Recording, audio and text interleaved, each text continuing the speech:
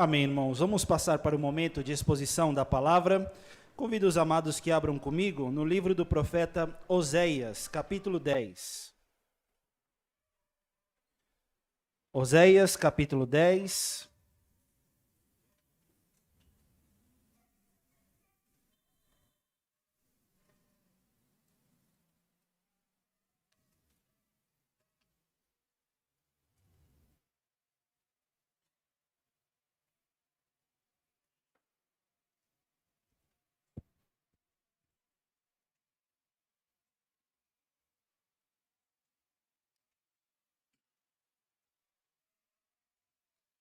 Estamos entrando em mais um capítulo, meus amados, da série de Oséias. Que o Senhor nos abençoe neste momento, que Ele fale ao nosso coração. E apesar de ser uma mensagem tão distante, cronologicamente, é uma mensagem muito atual, muito oportuna, muito importante para o povo de Deus nos dias de hoje também. Esperar todos acharem.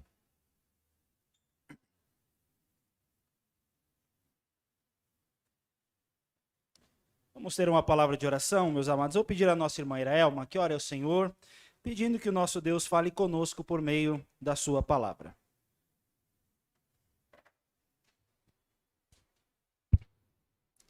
Querido Deus, te louvamos, Pai, pelo Senhor ser um Deus tão misericordioso, que nos trouxe aqui, Pai, à sua casa.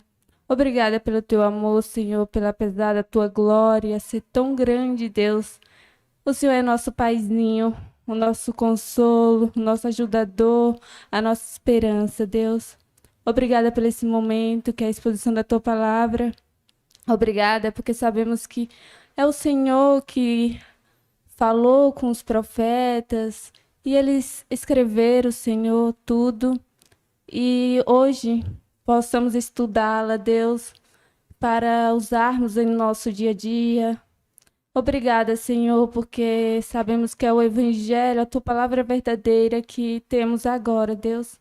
Que o Senhor possa estar com o pastor Fernando, guiando, falando ao seu coração tudo o que o Senhor deseja que ele fale, Deus. Obrigada por isso, Pai, pela vida dele, porque ele é um instrumento em suas mãos que prega verdadeiramente a tua palavra e nos ensina ao seu rebanho no caminho, Senhor.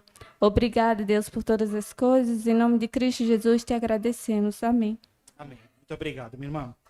Meus amados irmãos, durante toda a nossa vida, durante toda a nossa caminhada, nós devemos viver uma vida de gratidão. A nossa gratidão, como vai dizer alguns pastores, não deve ser apenas passageira e passiva, mas ela deve ser duradoura e ativa. Quando os nossos pais, os nossos familiares são instrumentos de Deus para nos abençoar, de certo modo, irmãos, nós temos que demonstrar gratidão. Quando as pessoas, de um modo geral, também são instrumentos do Senhor para abençoar a nossa vida, nós temos que externar nos diversos modos, nos diversos ambientes, a nossa gratidão. Mas, meus amados, quando nós pensamos no nosso Deus de um modo ainda mais intenso, de um modo ainda mais especial, quando o Senhor não só nos abençoa com as bênçãos que Ele nos dá, mas nos abençoa com a sua presença, nós temos que demonstrar uma vida de gratidão. Na verdade, irmãos, a gratidão deve ser em todo o tempo. Na alegria, na tristeza, na tranquilidade ou na provação, em todos os momentos nós devemos ser gratos. Os nossos inários vão girar em torno da gratidão não só nos momentos bons e alegres, mas nos momentos difíceis e tortuosos também. Um dos hinos vai dizer no nosso inário que nós agradecemos pelas rosas no caminho, mas também pelos espinhos que ela tem. Então, irmãos, nós devemos ter uma vida de gratidão. Quando nós transportamos esta realidade para a palavra, nós vamos ver alguns termos. Nós temos que render graças ao Senhor, em tudo sede agradecidos, em tudo dai graças, porque esta é a vontade de Deus. Se você estiver ansioso, Filipenses 4 vai nos dizer que nós temos que fazer conhecidas todas as nossas petições com ações de graças. A ação de graças, gratidão, irmãos, é um assunto que permeia toda a Escritura. Eu não sei se você, ao longo do dia, ao longo da semana, consegue identificar pessoas que têm sido gratas com você. Irmãos, nós, na nossa análise, podemos fazer uma leitura e ver que há pessoas que podem ser gratas ou não ao longo do dia a dia. Mas quando nós transportamos isso para Deus, meus irmãos, o Senhor não só tem uma boa leitura, ele não só tem uma boa análise, ele não só tem uma boa capacidade de percepção. Nós lemos no Salmo 139 que o Senhor nos sonda e nos conhece. Ele conhece cada detalhe, ele conhece o nosso coração. A palavra nem nos chegou à língua e ele já sabe tudo sobre nós. Quando o salmista escreve este salmo, ele fala: isso é maravilhoso demais para mim, porque o Senhor me conhece. E nessa análise, o presbítero Valdir bem colocou: sonda-me, ó Deus, vê se há em mim algum caminho mau e guia-me pelo caminho eterno. Meus irmãos, nós devemos externar ao Senhor a nossa gratidão. Isso deve estar claro, evidente, perceptível ao longo da nossa jornada. Como é que tem sido, irmãos, a nossa gratidão ao Senhor? Em todos os momentos. Como é que tem sido a nossa caminhada de gratidão ao nosso Deus que nos tem feito tantas coisas boas? Tem um salmo que é muito conhecido nosso, que fala que nós temos que bendizer com a nossa alma todos os benefícios do Senhor, a parte 2. Mas a primeira fala assim: bendize a minha alma ao Senhor e tudo que há em mim, bendiga o seu santo nome. Irmãos, nós temos que externar ao Senhor a nossa gratidão por todas as bênçãos, mas temos que também externar a nossa gratidão por quem Deus é na nossa vida. Por que eu estou dizendo isso, meus amados? Porque o povo de Israel, no tempo de Oséias, foi muito abençoado pelo Senhor. Deus o abençoou com uma boa terra, Deus abençoou com riquezas, Deus abençoou a nação com prosperidade, Deus havia abençoado a nação com uma eleição de um povo amado ali, dentre muitas nações. Mas Israel, irmãos, não valorizou essas bênçãos. Israel não agiu em forma de gratidão na presença do Senhor. E por conta de um coração idólatra, de um distanciamento de Deus, de uma desvalorização do cuidado do Senhor, e ao invés de o povo buscar refúgio na presença do próprio Deus, eles confiavam em carros, em outras nações, não colocavam a sua confiança no Senhor. E, meus irmãos, o Deus que sonda todos os corações viu que a nação de Israel estava devedora nesse sentido. E agora, no capítulo 9, Deus vai fazer algumas acusações para um povo que foi ingrato, para um povo que não valorizou as suas bênçãos, não valorizou a sua presença. E, meus irmãos, quando nós falamos em gratidão, isso é muito sério. Que Deus seja glorificado em nós, não só por aquilo que Ele nos dá, mas por aquilo que Ele é. E que esta mensagem, irmãos, nos desafie a valorizar cada vez mais o Senhor, suas bênçãos, sua pessoa, sua graça que veio ao encontro da sua igreja. Então, meus irmãos, olhando para esta mensagem, para a mensagem desta noite, eu gostaria de falar sobre o seguinte tema: um povo que não valorizou o Deus das bênçãos. Como é que tem sido a nossa vida em relação a este tema, meus amados? No capítulo 9, nós vamos ver um povo que perde as bênçãos do Senhor. Perde a terra, perde a sua presença, perde muitas bênçãos, conforme vai dizer o capítulo anterior. E agora, nessas acusações, que o Senhor trate o nosso coração, irmãos, trate a nossa vida, para que em Cristo Jesus, nós, como videira verdadeira, estejamos ligados, nós como ramos, estejamos ligados à videira verdadeira, onde o Pai é o agricultor. Então, meus amados, olhando para este tema, olhando para esta mensagem, a primeira lição que está na palavra do Senhor, eu chamo a sua atenção para os versos de 1 a 2, um povo que não valorizou o Deus das bênçãos, e a primeira acusação que o Senhor tem para este povo é referente ao seu coração. O povo tinha um coração falso e não valorizou a Deus de coração na presença do Senhor. Vamos ler a palavra, irmãos? Vamos ler todos juntos, eu chamo a sua atenção para esse texto. Diz assim, leiamos. Israel é vide luxuriante, que dá o fruto, segundo a abundância do seu fruto, assim multiplicou os altares. Quanto melhor a terra, tanto mais belas colunas fizeram. O seu coração é falso, por isso serão culpados. O Senhor quebrará os seus altares e deitará abaixo as colunas. Então, meus amados, no processo de sondagem, no processo de análise do Senhor com a nação de Israel, o Senhor denuncia e acusa o povo de Israel de ter um coração falso.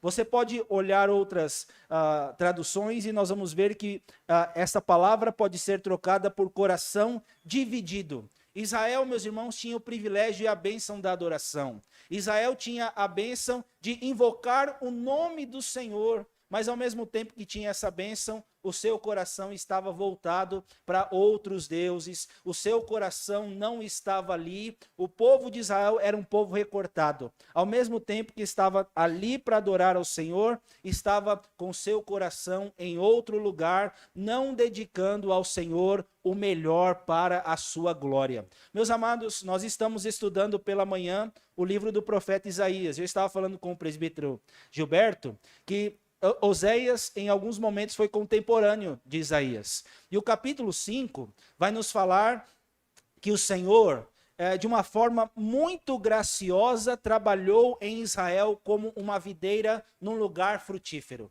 Deus tirou a nação de Israel do Egito e o colocou num lugar especial para que fosse e desse muito fruto.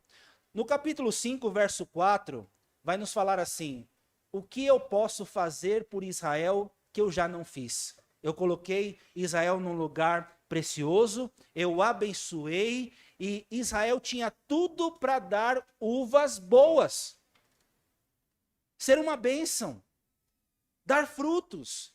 Mas ao invés de produzir uvas boas, aí você vai conhecer aquela palavra, estava produzindo uvas bravas, mal cheirosas, azedas, sem glorificar o nome do Senhor, irmãos. E é por isso que o Senhor ali também vai dar uma sentença de castigar a nação. E o versículo 1 vai nos mostrar, irmãos, que Israel é uma vide luxuriante. A tradução do presbítero Gilberto ali, NAA, vai nos falar que Israel era como uma vide de ramagem viçosa. Tinha tudo para dar certo. Ser uma bênção, dar muito fruto, porque tinha as bênçãos do Senhor e o Deus das bênçãos ali.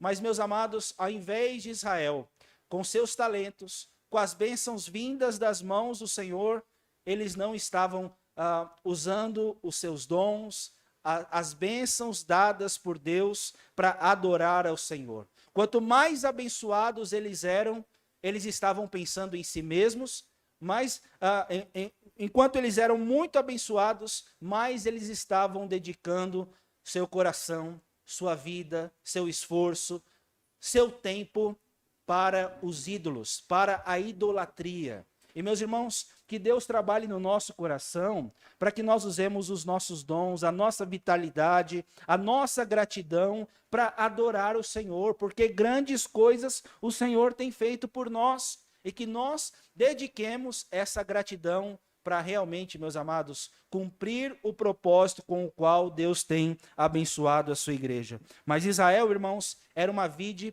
preciosa, mas segundo a abundância dos frutos, multiplicou altares.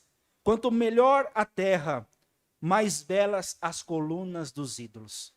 E o verso 2, meus amados, o Senhor denuncia: o seu coração é falso. Por isso vocês são culpados, e o Senhor vai quebrar todos os seus altares e deitará abaixo as suas colunas. Então, irmãos, Israel perderia a bênção da adoração verdadeira, mas também perderia a idolatria, a mancha na qual o seu coração estava voltado ali para ser dedicado, não ao Senhor, mas à idolatria. Meus amados irmãos, deixa essa palavra para nós, porque em cada momento que o Senhor tem doado as suas bênçãos espirituais, as bênçãos com as quais nós somos abençoados, que o nosso coração seja analisado, sondado, examinado, perscrutado pelo Senhor. Ó Senhor, vê se há em mim algum caminho mau. O Salmo 19 fala assim: Senhor, quem pode discernir as próprias faltas?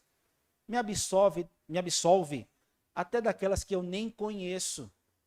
E que o Senhor trabalhe no meu coração, que as palavras dos meus lábios e o meditar do meu coração sejam sempre agradáveis na tua presença, rocha minha, redentor meu. E meus amados, o nosso coração, ele precisa ser, trabalhado, colocado em análise na presença do Senhor, guardado, como as crianças aprenderam na semana passada, porque o coração é enganoso. Quem o conhecerá? E que nessa luta interna do nosso coração, meus irmãos, que nós dependamos do Senhor. O Senhor, como eu disse em alguns momentos, ele trabalhou em nosso viver. Ele colocou em nós como oleiro um coração de carne. Hoje, na presença de Deus, nós podemos viver uma vida que glorifica o nome do Senhor.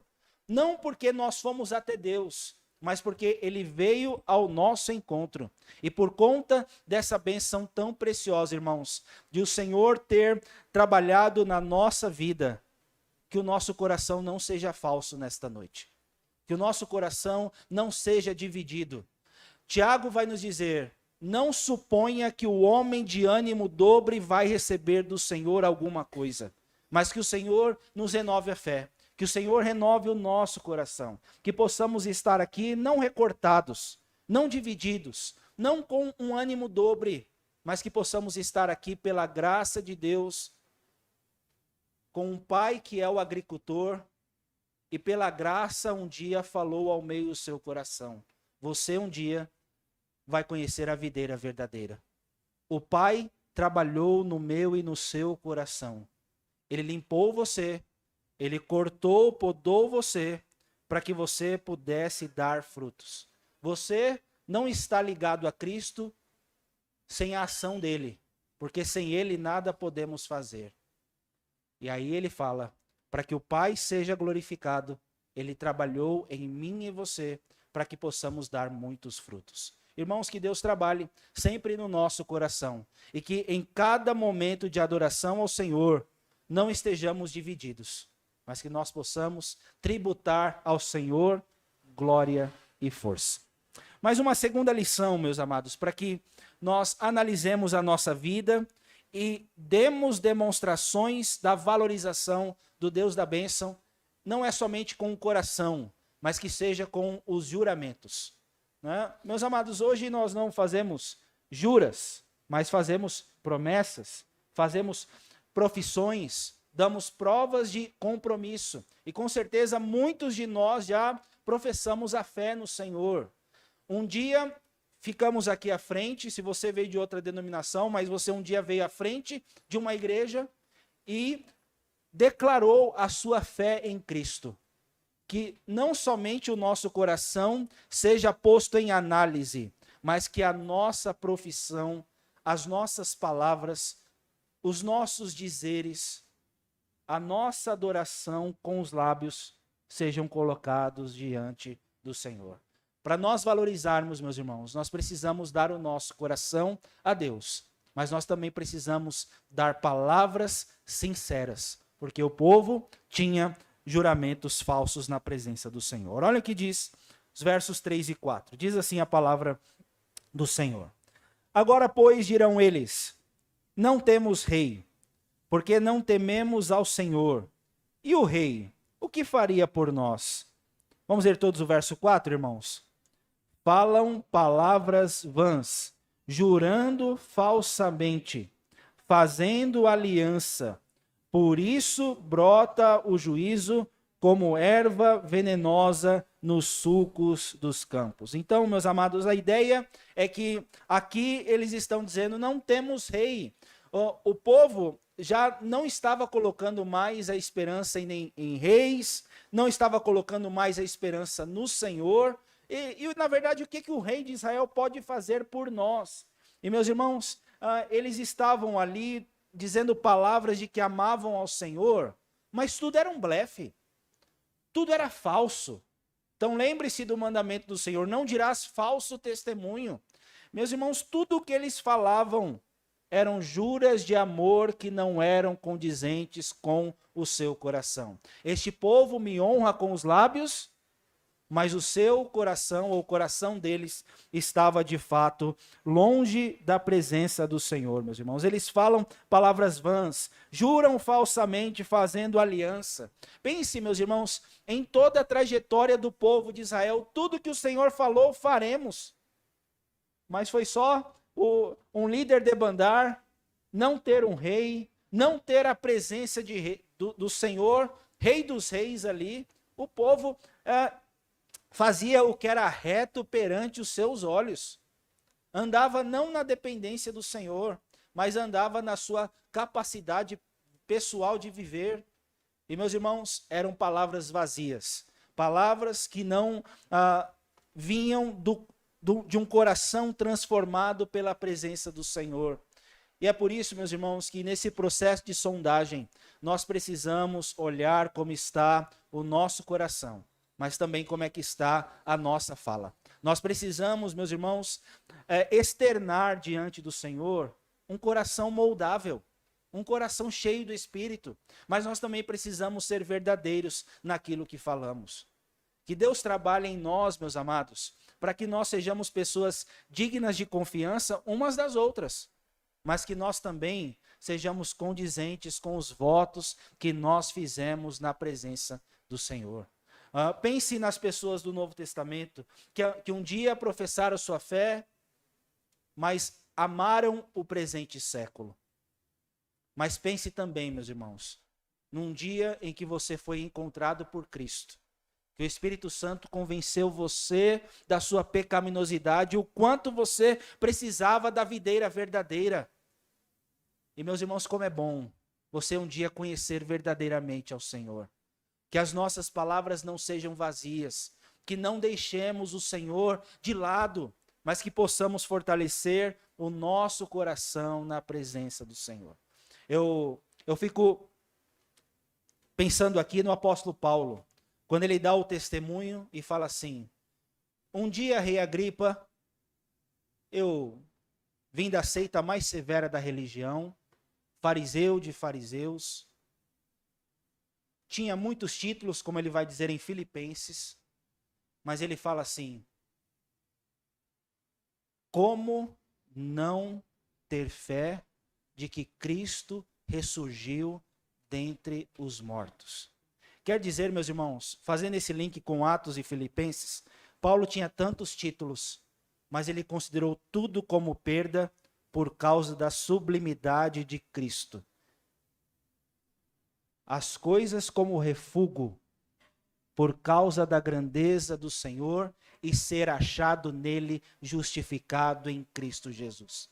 Irmãos, quando um dia nós nos encontrarmos com o Senhor, que nós falemos, não são as nossas obras que nos permitem estar aqui, mas é porque eu sou justificado em Cristo.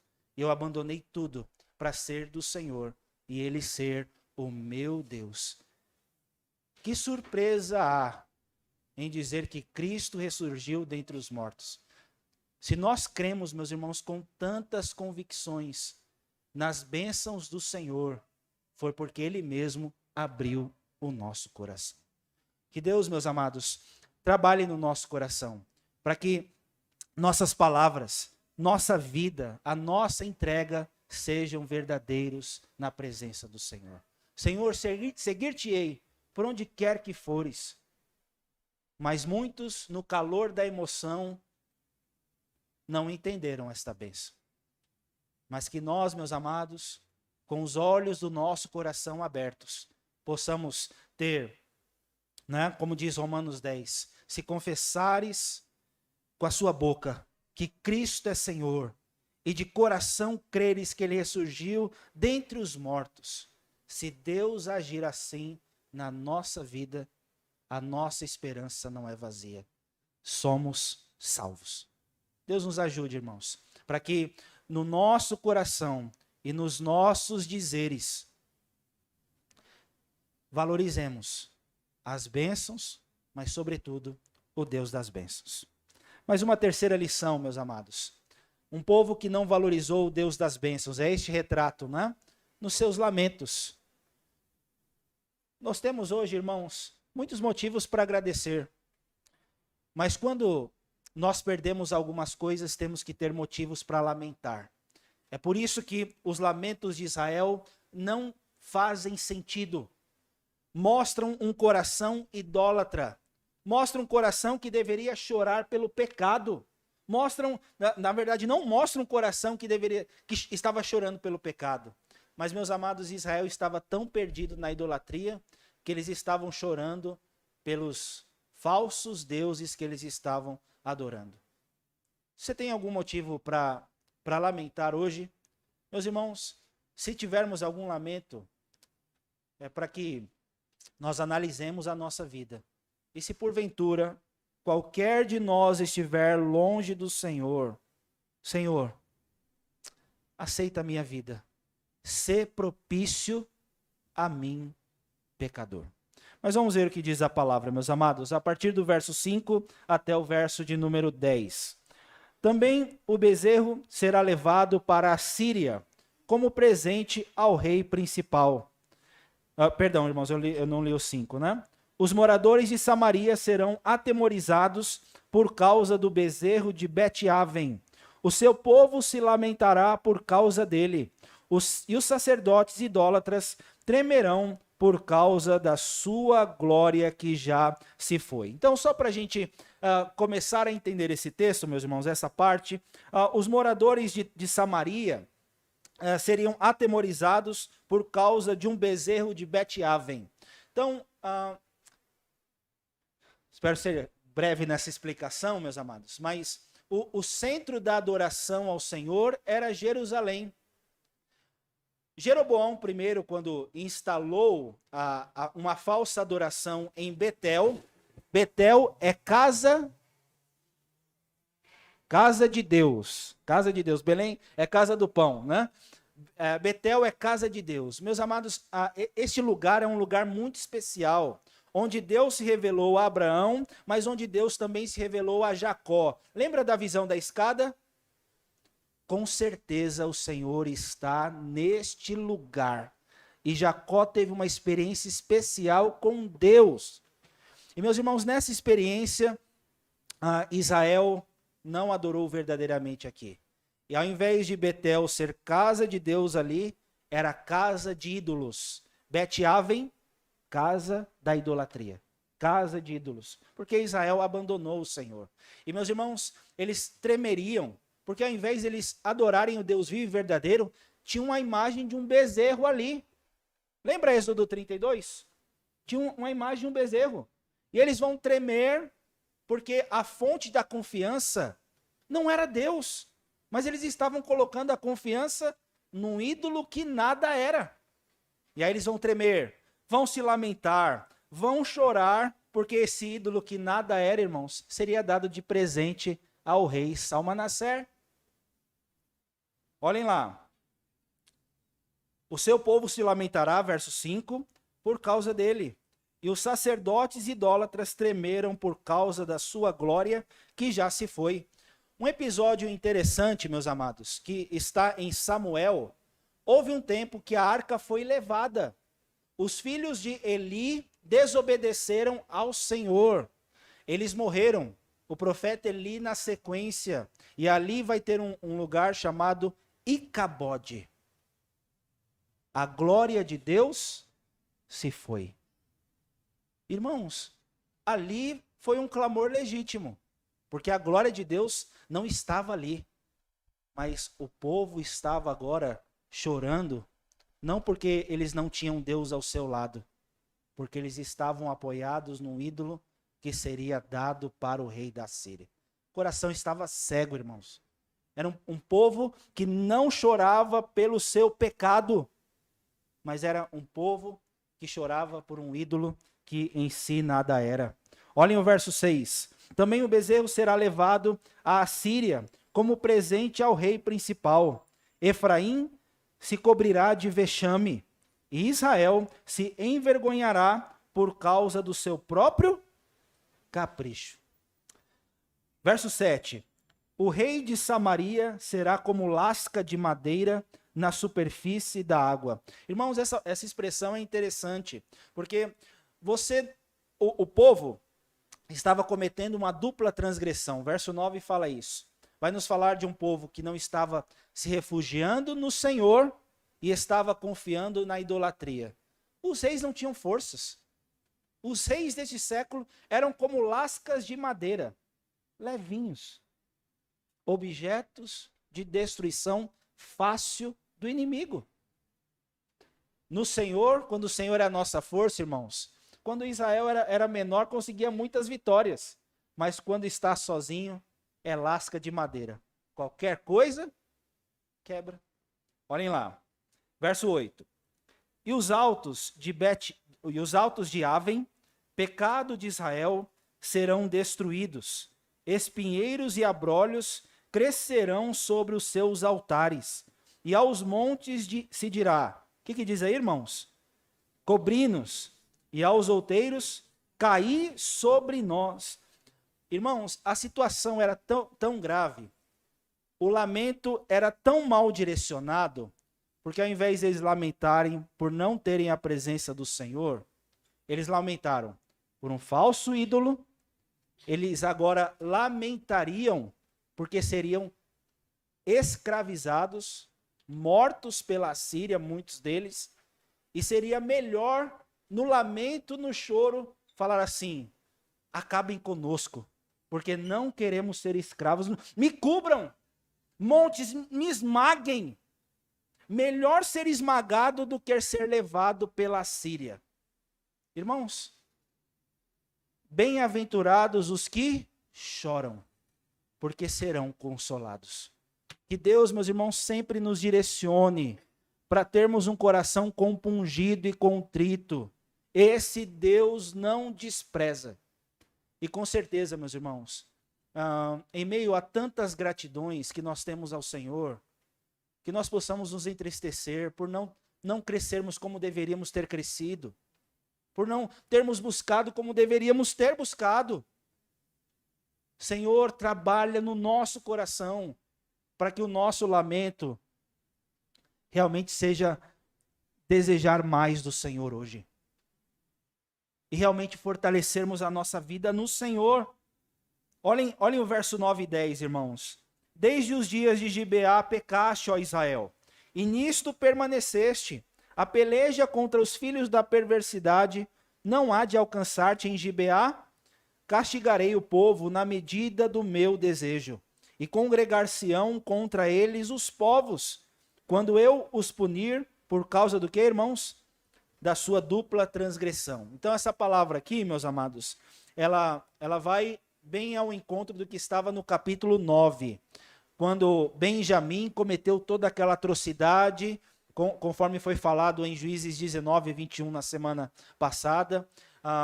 Os mesmos pecados de Sodoma e Gomorra estavam na tribo de Benjamim, irmãos. E Deus castigou aquela nação. E é como se Deus estivesse falando assim, aquela tribo, melhor dizendo. E é como se Deus estivesse falando assim: o castigo chegou lá. A Síria será um instrumento, mas eu é quem estou fazendo isso com vocês. Sou eu quem está castigando vocês. E aqui é interessante, irmãos, porque o texto fala no verso 10, na medida do meu desejo. Deus castiga. Deus disciplina um povo que precisa de correção. E saibamos, meus irmãos, que o nosso Deus, ele é amor, como nós cantamos aqui. Louvado seja Deus. Mas ele é justo e tem a sua balança de precisão. Ele vai disciplinar. Ele vai castigar este povo que estava cometendo dupla transgressão. Idolatria e falso refúgio que não era o Senhor. Irmãos, se Deus não for o nosso refúgio, se Deus não for o primeiro no nosso coração, ai de nós. Ai de nós. Só cabe a nós o lamentar. Mas que esse lamento seja verdadeiro, irmãos. E ansiemos de fato pelo Senhor. Um povo que não valorizou as bênçãos. Mais uma palavra, irmãos.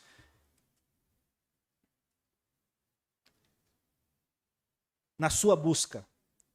Que Deus trabalhe no nosso coração, nas nossas palavras, nos nossos lamentos, mas também na nossa busca ao Senhor. Como é que nós temos buscado a Deus, irmãos? Como é que nós temos buscado com o nosso tempo, com a nossa mordomia cristã ao Senhor? Olha o que diz a palavra, versos 11 a 15. Porque Efraim era uma bezerra domada, que gostava de trilhar. Coloquei o jugo sobre a formosura do seu pescoço. Atrelei Efraim ao carro. Judá lavrará. Jacó lhe desfará os torrões. Irmãos, vou explicando aqui. É uma linguagem com muitos retratos, né? E esse retrato, o primeiro foi da videira com muitos frutos. E aqui é um retrato de um animal doutrinado, ensinado pelo Senhor, que tinha uma tarefa muito fácil e poderia se alimentar. Era um animal que não tinha uma mordaça, mas era um animal ensinável e que podia comer do melhor da terra. Essa foi a promessa de Deus, meus irmãos. Era um povo que poderia trilhar o trigo, poderia trilhar os alimentos. Já viu aquele animal que tinha o seu trabalho, a sua vocação, mas que poderia ser abençoado, pode comer o que quiser? Era mais ou menos isso com a nação de Israel.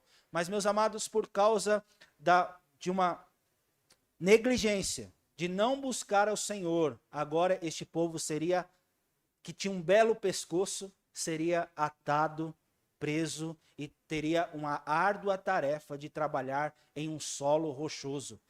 Tanto Judá quanto Israel, como diz aqui o 11, lavraria, seria atrelado ao carro como um escravo, um animal escravo, e Jacó lhe desfaria os torrões. A ideia aqui, meus irmãos, é trabalhar num solo duro. Num solo duro. Então, compare essas figuras. Irmãos, nós somos abençoados pelo Senhor.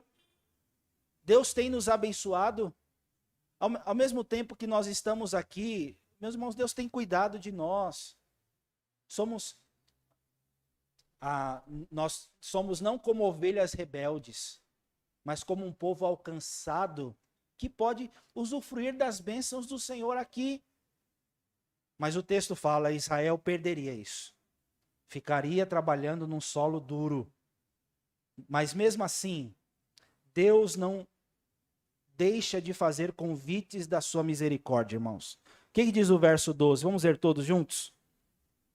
Então eu disse, semeai para vós outros em justiça, ceifai segundo a misericórdia, arai o campo de pousio, porque é tempo de buscar ao Senhor, até que ele venha e chova justiça sobre nós. Meus amados, é interessante essa linguagem muito próxima do solo duro, dos torrões ali, porque o texto fala, semeiem para vocês em justiça, ceifem segundo a misericórdia, arai o campo de pousio. A ideia do campo de pousio, irmãos, é aquele lugar que ainda não foi lavrado no seu coração.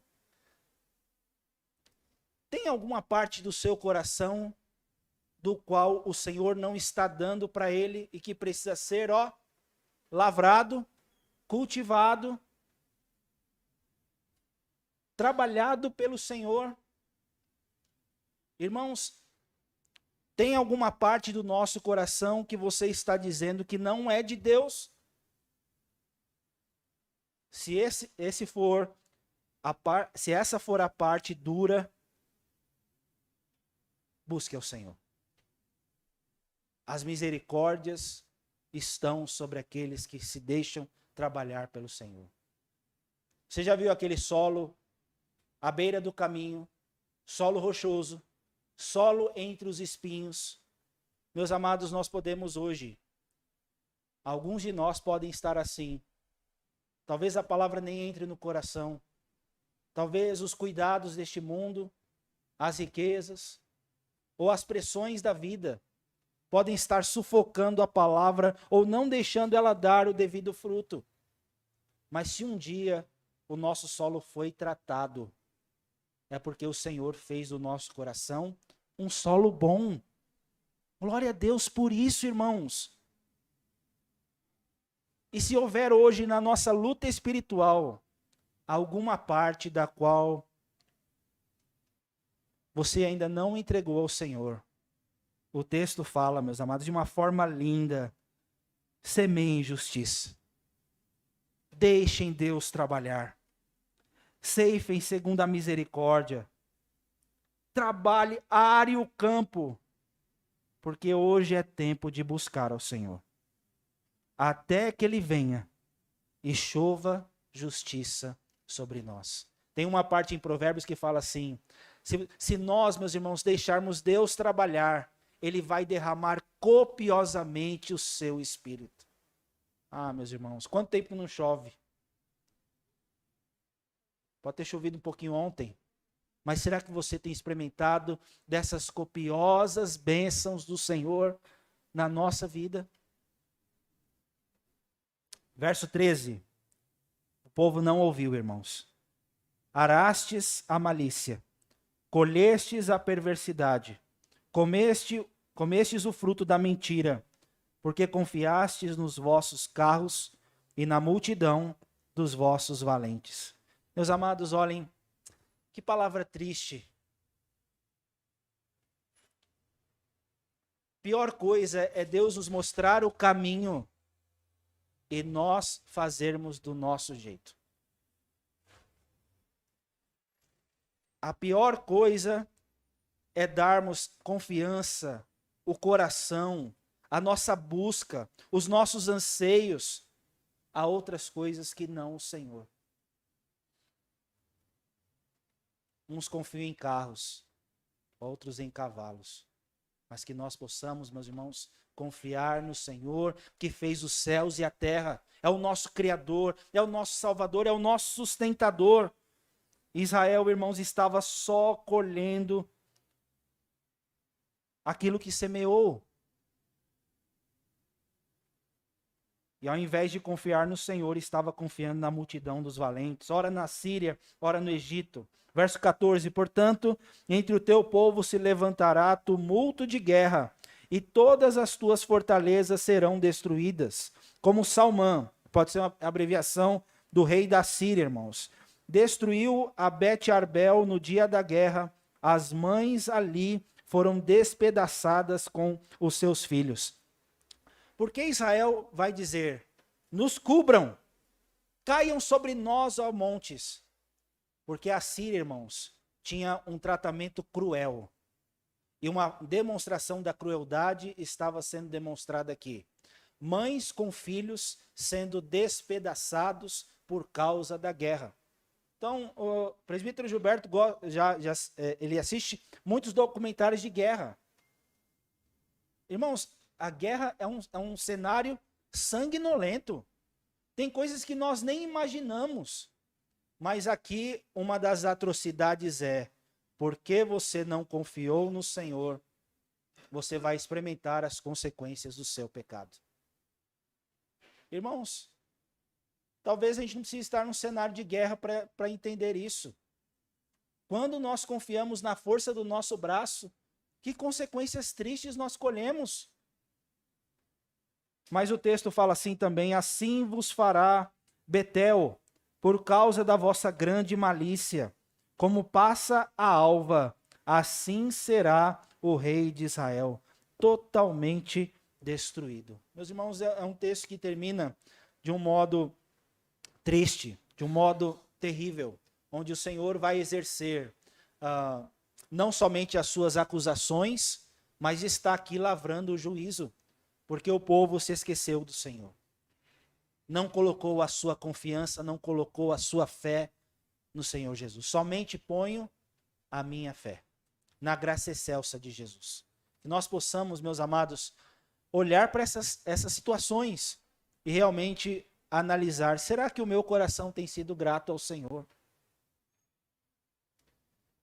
Eu aplico, meus amados, esta palavra olhando para o começo do texto, para o começo das referências. Israel tem um cântico para o seu povo, Isaías 5 vai nos dizer. Eu posso fazer alguma coisa que eu já não fiz pelo meu povo? Irmão, será que Deus já não tem feito muito por nós, não? O que vocês acham? O que Deus tem feito por nós é pouco ou muito? As suas bênçãos sobre nós são abundantes, meus irmãos. E graças a Deus, porque em 2 Pedro vai dizer todas as bênçãos que nos conduzem à salvação, a uma vida rica, para que sejamos coparticipantes das bênçãos divinas, são derramadas sobre a igreja. Jesus, meus irmãos, é o bom pastor, é a luz, é o pão da vida. É uma riqueza de tantas coisas, a porta, a luz do mundo, a ressurreição e a vida, a videira verdadeira. O Pai, antes da fundação do mundo, já estava trabalhando na agricultura. E nesse processo de agricultura, você foi enxertado na mais rica fonte de bênçãos. Sem o Senhor, nada podíamos fazer. Mas com essa bênção tão rica, temos um futuro glorioso, viu, presbítero Valdir? Temos uma rica bênção. E a gente vê um cenário tão tenebroso de juízo. Mas se a nossa vida está nas mãos de Cristo, não se turbe o vosso coração. Credes em Deus? Credes também em mim. Meus irmãos, a nossa vida está nas mãos do Senhor. Mas que nós analisemos o nosso coração. E a palavra de Deus está dizendo para nós, na ação do Espírito: Filho meu, dá-me o teu coração. Não pode da mesma fonte jorrar o doce e o amargoso. Mas se as nossas palavras forem verdadeiras, irmãos, é porque Deus resplandeceu em nosso coração. Olhe para a sua profissão de fé. E que nela nós agradeçamos ao Senhor. Porque nós não somos do mundo, mas fomos tirados do império das trevas e transportados para o reino do Filho, do seu amor. Em meio a tantas alegrias, irmãos, Davi vai dizer assim: torrentes caem dos meus olhos, porque há pessoas que não guardam a sua lei. Que nós possamos buscar ao Senhor, ter alegria nele. E se alguém ainda não tem essa alegria, coloquemos na presença do Senhor, irmãos. A nossa busca, se buscares ao Senhor, se clamares por inteligência, se alçares a voz, Deus tem a sabedoria, Deus tem o Senhor, Jesus. Deus tem as suas bênçãos sobre nós. Irmãos, que as copiosas bênçãos do Senhor estejam sobre nós. Que Deus nos impulsione pela ação do Espírito a buscar o Senhor e entender que se encontramos a luz mais resplandecente que o sol, achamos o melhor caminho e que ele seja sempre o centro da nossa busca. Deus nos abençoe.